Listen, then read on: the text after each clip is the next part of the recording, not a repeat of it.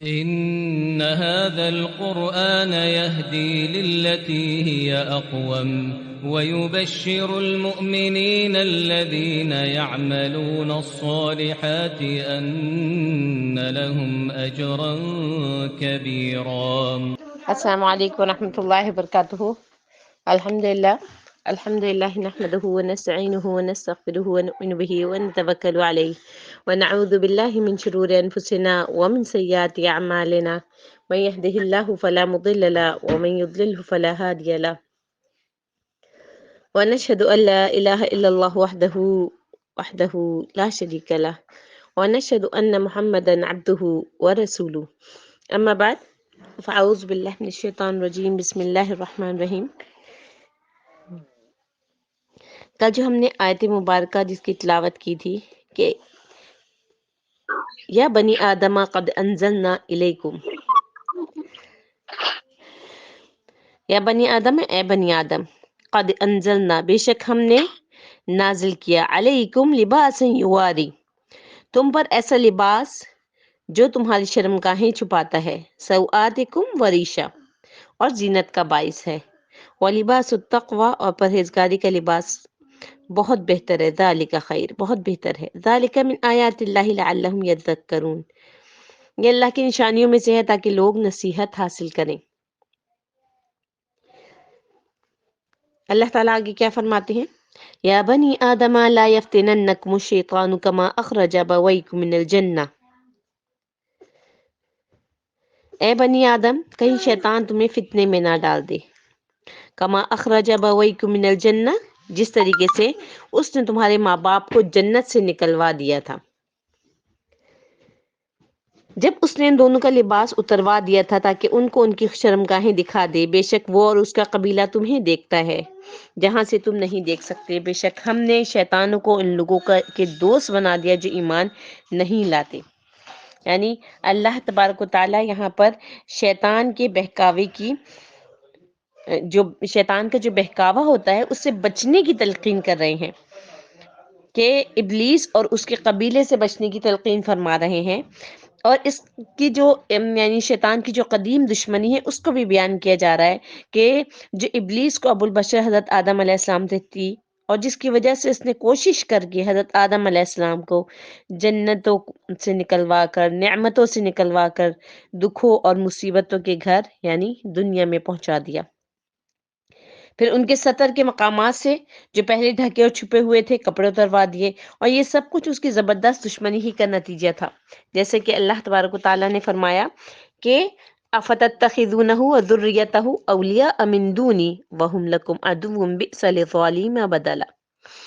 کیا پھر تم اس کو اور اس کی اولاد کو میرے سوا دوست بناتے ہو حالانکہ وہ تمہارے دشمن ہیں، اور شیطان کی دوستی ظالموں کے لیے اللہ کی دوستی کا برا بدل ہے. یعنی یہ کوئی اچھی بات نہیں ہے کہ جو لوگ شیطان سے دوستی کرتے ہیں اس کو اپنا دوست بنا لیتے ہیں، تو یہ کوئی بہت اچھی بات نہیں ہے. تو اسی لیے جو ہے وہ اللہ تبارک و تعالیٰ نے کیا کہا کہ جس طریقے سے اس نے تم کو جو ہے وہ تم اس کو دوست سمجھ رہے ہو تو شیاطین کو، تو پھر کیا ہے، اللہ تعالیٰ کہہ رہے ہیں کہ وہ دیکھنے میں تو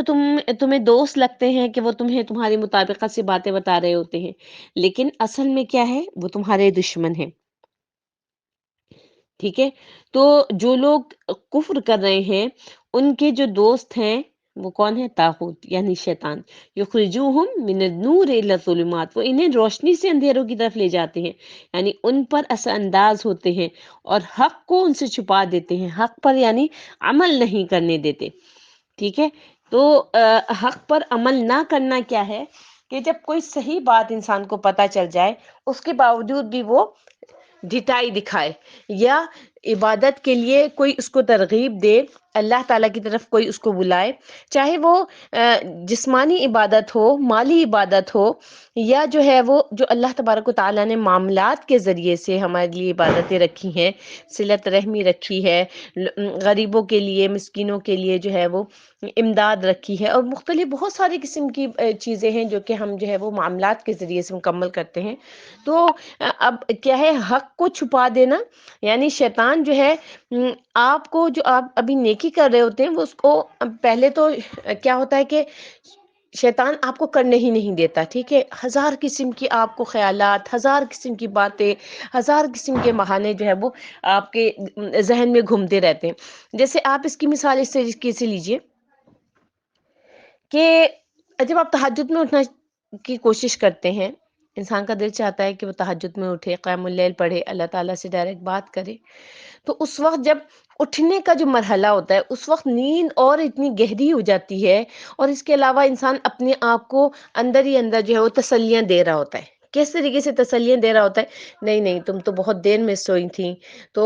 اور تم دن میں بہت زیادہ تھک بھی گئی تھی، اور تم جو ہے فلانی بیماری بھی محسوس کر رہی تھی، یا اب تم اگر اب اس وقت اٹھ جاؤ گی تو پھر بچے آگے سے سونے نہیں دیں گے، یا یہ کہ آگے بھی تمہارے پاس بہت کام ہے، یعنی ہزاروں قسم کی باتیں آپ کے ذہن میں آئیں گی، ٹھیک ہے۔ اب اسی طریقے سے نماز پڑھنے کھڑی ہوں گی تو چاہے وہ دینی طرز کی باتیں آپ کے ذہن میں آئیں، لیکن یہ کہ اچھا اب نماز پڑھ کے نا یہ والا دینی کام کروں گی، اچھا نماز پڑھ کے میں جو ہے وہ فلانے کو صدقہ، اب چاہے اکثر آپ اس بات کو دیکھیں کہ چاہے وہ جو وہ باتیں آئی تھی نا آپ کے ذہن میں، جیسے ہی آپ نے سلام پھیرا وہ اڑی آتی ہیں، ٹھیک ہے نا، اور اس میں جو ہے وہ ایک ایسا تسلسل قائم ہو جاتا ہے کہ انسان ان خیالات کی رو میں بہتے بہتے سلام کرنے کا وقت آ جاتا ہے، سلام پھیرنے کا وقت آ جاتا ہے، اور اس کا تسلسل ختم نہیں ہوا ہوتا، پھر ایک دم سے انسان کو وہ ہوتا ہے کہ اوہ ہم تو نماز پڑھ رہے تھے۔ تو یہ ہے یعنی حق کے راستے سے روکنا، ٹھیک ہے، تو یہ ہے شیطان کی چالیں، ٹھیک ہے نا۔ تو اس طریقے سے جو ہے وہ اللہ تبارک و تعالیٰ نے اس چیز سے بچنے کا جو ہے وہ حکم دیا کہ تم جو ہے وہ اس کی اولاد کو میرے سوا دوست بناتے ہو، حالانکہ وہ تمہارے دشمن ہے، ٹھیک ہے نا۔ آگے اللہ تعالیٰ فرما رہے ہیں وَإِذَا فَعَلُوا فَاحِشَةً قَالُوا وَجَدْنَا عَلَيْهَا آبَاءَنَا وَاللَّهُ أَمَرَنَا بِهَا، اور جب وہ کوئی بے حیائی کا کام کرتے ہیں تو کہتے ہیں ہم نے اپنے باپ دادا کو یہی کرتے پایا اور اللہ نے ہمیں اس کا حکم دیا ہے۔ قل ان اللہ لا یأمر بالفحشاء، اے نبی آپ کہہ دیجئے کہ اللہ تعالیٰ قطعاً بے حیائی کا حکم نہیں دیتا۔ اتقولون علی اللہ ما لا تعلمون، کیا تم اللہ کے ذمے ایسی باتیں لگاتے ہو جو تم نہیں جانتے؟ قل امر ربی بالقسط، کہہ دیجئے میرے رب نے انصاف کرنے کا حکم دیا۔ وَأَقِیمُوا وُجُوهَکُمْ عِنْدَ كُلِّ مَسْجِدٍ، اور یہ کہ ہر نماز کے وقت کیا کروں؟ وَادْعُوهُ مُخْلِصِينَ لَهُ الدِّينَ، اپنے منہ کو سیدھے قبلہ رخ کر کے خالص اسی کی اطاعت کروں۔ كَمَا بَدَأَكُمْ تَعُودُونَ، اور خالص اسی کی عبادت اطاعت کرتے ہوئے اسی کو پکاروں جیسے اس نے تمہیں پہلے پیدا کیا، ویسے ہی تم تعودون اس کی طرف لوٹائے جاؤ گے۔ فریقاً ہدی، فریقاً ہدا و فریقاً حق علیہم الضلالہ، ایک فریق کو اس نے ہدایت دی اور دوسرا فریق گمراہی پر ثابت، یعنی جو دوسرا فریق ہے نا، ایک فریق تو وہ ہو گیا جس کو ہدایت مل گئی، دوسرا فریق کون سا ہے؟ جس پر گمراہی ثابت ہو گئی۔ فریقاً، ایک فریق کون سا ہے؟ ہدا کا ہے، ہدایت والا ہے، سیدھے راستے پہ چلنے والا ہے۔ وَفَرِيقًا حَقَّ عَلَيْهِمُ الضَّلَالَةُ، اور دوسرا فریق کون سا ہے؟ جس پر گمراہی ثابت ہو گئی۔ إِنَّهُمُ اتَّخَذُوا الشَّيَاطِينَ أَوْلِيَاءَ مِن دُونِ اللَّهِ، یقیناً انہوں نے اللہ کو چھوڑ کر شیطانوں کو دوست بنا لیا۔ وَيَحْسَبُونَ أَنَّهُمْ مُهْتَدُونَ، اور وہ خیال کرتے ہیں کہ بے شک وہ تو ہدایت یافتہ ہیں، یعنی شیطان کو اپنا دوست بنا لیا اور خیال کیا کرتے ہیں کہ وہ ہدایت یافتہ ہیں، یعنی کفار کا بے حیائی کے کام کرنا اور انہیں پھر اللہ کی طرف بھی منسوب کرنا، ایک تو غلط کام کرنا اور اس کے بعد انہیں اللہ تعالیٰ کی طرف منسوب کرنا۔ حضرت مجاہد فرماتے ہیں کہ مشرکین عریاں ہو کر بیت اللہ کا طواف کیا کرتے تھے، بیت اللہ کا طواف کیا کرتے تھے، ٹھیک ہے، یعنی ننگے ہو کے، اور کہتے تھے کہ ہم اسی حالت میں طواف کریں گے جس طرح ہماری ماؤں نے ہمیں جنم دیا ہے، حتیٰ کہ عورتیں بھی اپنی شرم گاہوں پر کپڑا کا ٹکڑا یا کوئی اور چیز رکھ لیتی اور طواف کرتے ہوئے یہ شعر پڑھا کرتی تھی: آج میرے جسم کا کچھ حصہ یا سارا جسم ہی ننگا ہوگا، اور جو ننگا ہوگا اسے میں کسی کے لیے حلال قرار نہیں دوں گی۔ اس کے بارے میں اللہ تعالیٰ نے یہ والی آیت نازل کی کہ وَإِذَا فَعَلُوا فَاحِشَةً قَالُوا وَجَدْنَا عَلَيْهَا آبَاءَنَا وَاللَّهُ أَمَرَنَا بِهَا، اور جب کوئی بے حیائی کا کام کرتے ہیں تو کہتے ہیں کہ ہم نے اپنے بزرگوں کو اسی طرح کرتے ہوئے دیکھا ہے اور اللہ نے بھی ہم کو یہی حکم دیا ہے۔ قریش کے سوا دیگر قبائل کے لوگ اپنے کپڑوں میں بھی طواف نہیں کیا کرتے تھے جنہیں انہوں نے پہنا ہوتا تھا، اور کہتے یہ تھے کہ بھلا ان کپڑوں میں ہم طواف کیوں کریں جنہیں پہن کر ہم نے اللہ کی نافرمانی کے کام کیے ہیں۔ ٹھیک ہے، یعنی ان کا کیا کانسیپٹ تھا کہ یہ جو کپڑے ہم پہنتے ہیں تو ہم اس کو پہن کے جو ہے وہ نافرمانی کے کام کر رہے ہوتے ہیں، تو اس لیے پھر ہم جو ہے اب یہ کپڑے پہن کے تو طواف نہیں کریں گے، اس لیے ہم برہنہ ہو کے بالکل طواف کریں گے۔ ٹھیک ہے، تو قریش جو حمص کہلاتے تھے وہ اپنے ان کپڑوں میں طواف کر لیا کرتے تھے، اور جس شخص کو کوئی احمسی یعنی قریشی اپنے کپڑے مستعار دے دیتا یعنی ادھار دے دیتا تھا تو وہ بھی ان میں طواف کر لیا کرتا تھا، اور جس کے پاس کوئی نیا کپڑا ہوتا تو وہ بھی اس میں طواف کر لیتا تھا، یعنی نیا کپڑا ہوتا تو اس میں طواف کر لیتا، اور طواف کرنے کے بعد اس کپڑے کو پھینک دیتا تو اسے کوئی نہیں اٹھاتا تھا۔ جس کے پاس کوئی نیا کپڑا نہ ہوتا یا جسے کوئی قریشی مستعار نہیں دیتا تو وہ پھر عریاں ہو کر ہی طواف کرتا، حتیٰ کہ عورتیں بھی بے لباس ہو کر طواف کرتی تھیں، وہ اپنے مقام خاص کو تھوڑا سا چھپا لیتی ہیں اور طواف کرتے ہوئے اس طرح کے اشعار پڑھا کرتی تھیں۔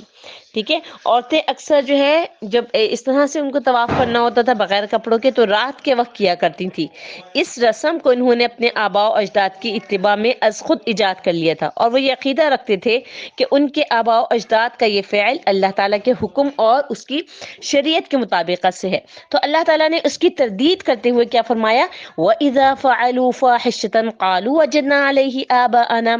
وَاللَّهُ أَمَرَنَا بِهَا، یعنی وَإِذَا اور جب فعلوا وہ کرتے ہیں فاحشتاً کوئی غلط کام کرتے ہیں، کوئی بے حیائی کا کام کرتے ہیں، قالوا وجدنا ہم نے تو پایا ہے اس کو، کس چیز پہ پایا ہے؟ علیہ آباءنا کہ ہم نے اس کو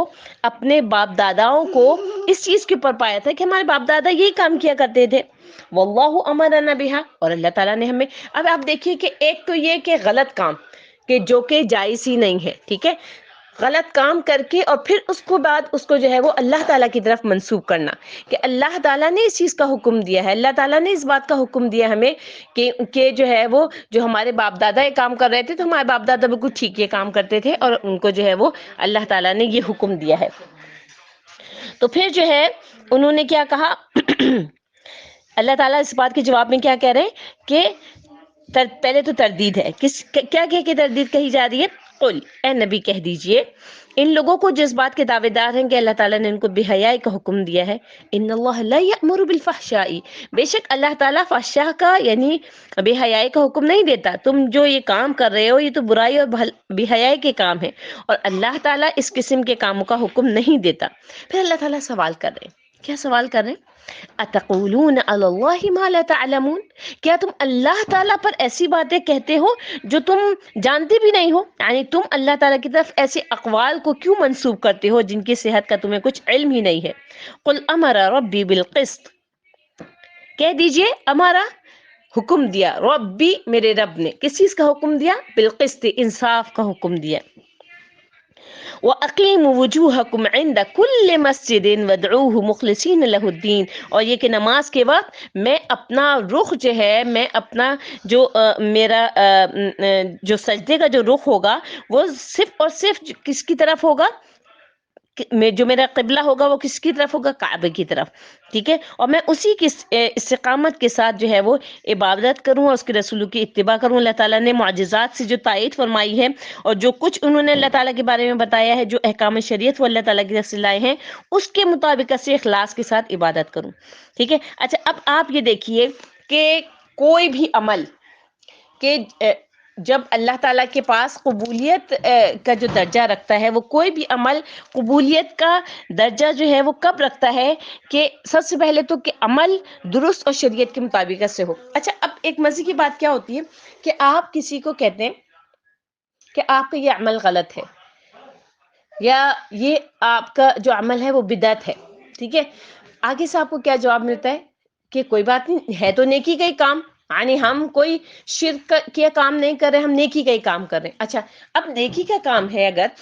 تو اگر آپ سے کوئی سوال کرے کہ مغرب کے لیے آپ کے لیے 3 رکعتیں فرض ہیں، آپ 4 رکعتیں پڑھ لیں، 5 پڑھ لیں، نیکی کا ہی کام ہے، زیادہ نمازی پڑھ رہے ہیں نا، یعنی کچھ غلط تھوڑی کر رہے ہیں، 4 پڑھ لیجئے، 5 پڑھ لیجئے۔ تو اللہ تبارک و تعالیٰ نے جہاں پر کہا ہے کہ تم نے جو ہے وہ کام کرنا ہے جتنا میں نے کہا ہے، جہاں پر کہا ہے رک جاؤ وہاں پہ رک جانا ہے، جہاں پر کہا ہے چل پڑو وہاں پر چل پڑنا ہے، اس چیز کا نام ہی عبادت ہے، اس چیز کا نام ہی دین ہے۔ ہمارے یہ والی بات سمجھ میں نہیں آتی، پھر کیا ہوتا ہے کہ چاہے اکثر کے ماں باپ نے نہ بھی کیا ہو کام، لیکن کیا کہا جاتا ہے کہ ہم نے اپنے باپ داداؤں کو اس طریقے سے کرتے ہوئے دیکھا ہے تو ہم اپنی یہ چیز نہیں چھوڑیں گے، ٹھیک ہے۔ تو اب یہ جو سب سے پہلی جو چیز ہے نا کہ عمل درست ہو، شریعت کے مطابق سے ہو، جو شریعت نازل کی گئی ہے، ٹھیک ہے۔ اب آپ دیکھیں شریعت جو ہے وہ چینج کر دی نا اللہ تعالیٰ نے، ہر نبی کے لیے چینج کر دی۔ کس طریقے سے چینج کر دی؟ کس طریقے سے چینج ہوئی شریعت؟ اس طریقے سے چینج ہوئی کہ اللہ تعالیٰ نے حضرت آدم علیہ السلام کے 2 بچوں کو کہا تھا کہ آپس میں وہ 2 صبح والے بہن بھائی شام والے بہن بھائیوں سے شادی کریں، اسی طریقے سے نسل بڑھنی تھی۔ اب اگر آج کوئی کہے کہ بھائی ہم اپنے بہن بھائی میں سے کسی سے شادی کرنا چاہتے ہیں، اللہ تعالیٰ نے شریعت میں نہیں جائز قرار دیا۔ حضرت یوسف علیہ السلام کے لیے ان کے بھائی نے ان کو سجدہ کیا، ان کے والد کو سجدہ کیا، ہماری شریعت میں جائز ہی نہیں ہے نبی کریم صلی اللہ علیہ وسلم کو کہ کوئی بھی سجدہ نہیں کر سکتا ان کو امتی یا ان کی اولادوں میں سے کوئی۔ تو اب جو شریعت جس کے لیے ہے وہ اسی شریعت کے مطابق سے عمل کرے گا۔ اب اللہ تبارک و تعالیٰ نے ہمارے نبی کو رحمت للعالمین بنا کے بھیجا، خاتم النبیین بنا کے بھیجا کہ جتنے بھی اب اولادیں آئیں گی، اولاد آدم، ان سب کو صرف اور صرف اسی شریعت پہ عمل کرنا ہے۔ جبکہ ایٹ اے ٹائم جو ہے وہ کیا ہوتا تھا، دنیا میں 3 4 نبی موجود ہوتے تھے، سب اپنی اپنی جگہوں پر اپنی اپنی شریعتوں پر عمل کر رہے ہوتے تھے اور کروا رہے ہوتے تھے، ٹھیک ہے۔ تو اب جو ہے ہمارے پاس جو شریعت ہے، اب ہمارا ہر کام جو ہے وہ شریعت کے مطابق سے ہو۔ تو پیاری بہنوں، جب ہم کہہ رہے ہیں ہر رکعت میں کیا کہہ رہے ہیں، اہدنا الصراط المستقیم، اے اللہ آپ ہمیں سیدھے راستے پہ چلا دیجئے۔ ہمیں نہیں معلوم کہ ہم کہاں کہاں پر غلطی کر رہے ہیں، کہاں کہاں پر ہم سے مسٹیکس ہو رہی ہیں، کہاں کہاں پر ہمارے عمل میں جو ہے وہ بدعت شامل ہو جاتی ہے یا شرک شامل ہو جاتا ہے۔ جیسے میں نے آپ کو ایک چھوٹی سی مثال دی تھی کہ ہم عموماً ایسے جملے بول رہے ہوتے ہیں کہ یہ کام اس کی وجہ سے ہوا ہے، یا مجھے شفا ملی ہے اس دوائی کی وجہ سے، مجھے جو ہے وہ میں ٹھیک ہو گئی، یہ عام نارمل جملہ ہے، جبکہ اس میں شرک ہے۔ جب تک اللہ تعالیٰ کا حکم نہیں ہوتا کسی چیز میں، جب تک آپ کو جو ہے کوئی دوائی کوئی چیز آپ کو فائدہ نہیں کر سکتی۔ تو جب ہم یہ والا جملہ بار بار کہہ رہے ہوتے ہیں نا اللہ کے حکم سے، تو ہمارے اندر جو ہے وہ جو عقیدہ توحید ہے نا وہ مضبوط ہو رہا ہوتا ہے، وہ پکا ہو رہا ہوتا ہے کہ ہاں یہ جو ہے ایک اسی رب کو ماننے والی ذات ہے، یہ وہ شخصیت ہے جو کہ صرف اور صرف ایک رب کو ماننے والی ہے، ٹھیک ہے نا۔ تو اسی طریقے سے جو ہے ہمارا جو ہے وہ عمل جو ہے درست بھی ہو، شریعت کے مطابق سے بھی ہو اور شرک سے بھی پاک ہو۔ اس کے لیے جو ہے وہ لا حول ولا قوت الا باللہ، ہر قسم کی طاقتیں، ہر قسم کی نعمتیں جو ہیں وہ کس کے پاس ہیں؟ اس رب کے پاس ہیں۔ تو آپ زیادہ سے زیادہ لا حول ولا قوت الا باللہ پڑھیں کہ اللہ جتنی میری استطاعت ہے اتنی میں کوشش کر رہی ہوں، اور جہاں پر مجھ سے کمی رہ جاتی ہے یا اللہ آپ میرے لیے آسانیاں فرما دیں، آپ مجھے جو ہے وہ اس قابل بنا دیں کہ میں آپ کی طرف پلٹنے والی بن جاؤں، یا اللہ میری شخصیت کو ایسا بنا دیں کہ میں جو ہے وہ آپ کو پسند آ جاؤں۔ اسی طریقے سے اللہ تبارک و تعالیٰ نے اس آیت میں جو آگے فرمایا کما بدأکم تعودون، ابتدا میں اور دوبارہ پیدا ہونے کا جو مفہوم ہے وہ کیا ہے کہ جس طرح تم کو ابتدا میں پیدا کیا تھا اسی طریقے سے تم لوٹو گے، ٹھیک ہے نا، یعنی وہ تمہیں موت کے بعد زندہ کرے گا۔ حضرت امام حسن بصری فرماتے ہیں کہ جیسے اس رب نے تمہیں دنیا میں پیدا کیا تھا پھر تم فوت ہو گئے تھے، اسی طریقے سے تم قیامت کے دن جو ہے وہ زندہ لوٹو گے۔ اچھا، اب یہ جو یہ چیز ہے کہ یہ لوٹنا کس طریقے سے ہوگا، اس کو انشاءاللہ جو ہے وہ ہم کل اس چیز کے اوپر بات کریں گے۔ اللہ تبارک و تعالیٰ سے دعا ہے کہ اللہ رب العالمین احکم الحاکمین ہم سب کو ہدایت دے دے، ہم سب کو اس بات کو اور اس نقطے کو سمجھنے کی توفیق عطا فرما دے کہ ہم جو چھوٹی چھوٹی مسلکوں میں، چھوٹے چھوٹے فرقوں میں بٹ جاتے ہیں اور ان باتوں کو اپنی انا کا مسئلہ بنا دیتے ہیں کہ نہیں ہمارے امام نے یہ کہا ہے یا تمہارے امام نے یہ کہا ہے، ہم سب کا صرف اور صرف ایک نبی وہی ہمارے امام ہے، ہم نے اسی کے مطابق سے انشاءاللہ عمل کرنا ہے، ہم نے انہی کے مطابق سے انشاءاللہ چلنا ہے۔ تو یا رب العالمین جہاں کہیں پہ بھی ہم سے مسٹیک ہو رہی ہے، جہاں کہیں بھی ہم سے غلطی ہو رہی ہے، یا رب العالمین آپ اس کو درگزر فرما دیجئے، اور جس وقت ہماری موت کا وقت قریب آئے، جو وقت آپ اپنے فرشتوں کو بھیجیں ہماری روح کو قبض کرنے کے لیے، یا رب العالمین اس لمحے آپ ہماری توبہ کو قبول کر چکے ہوں۔ سبحان ربک رب العزة عما یصفون وسلام علی المرسلین والحمد للہ رب العالمین۔ السلام علیکم ورحمۃ اللہ وبرکاتہ۔